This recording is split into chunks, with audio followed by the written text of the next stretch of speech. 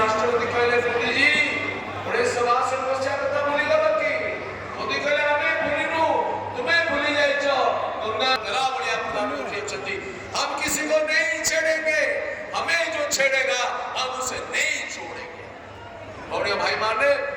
पाकिस्तान को ता सीमा रे बंदी कर देले माननीय प्रधानमंत्री दिन थिला हम प्रधानमंत्री मिलित जाति संघ रे दरखास्त पकई देथिले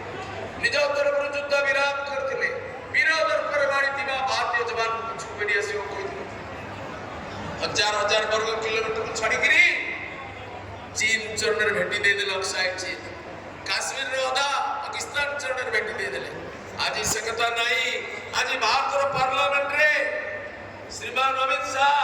नंबर 1 कहि परचोती कि आजाद कश्मीर भी हमारा है अक्षय चीन भी हमारा है दिन आसिबो एई सरकार नेतृत्व रे ए सब पुणी भारत रे बस श्री अरविंद कहथिले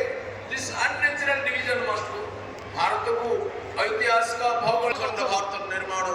स्वप्न को श्री अरविंद आम सामने प्रस्तावित करे संभवतः से स्वप्न एई समय पूर्ण हो। भाई माने भारत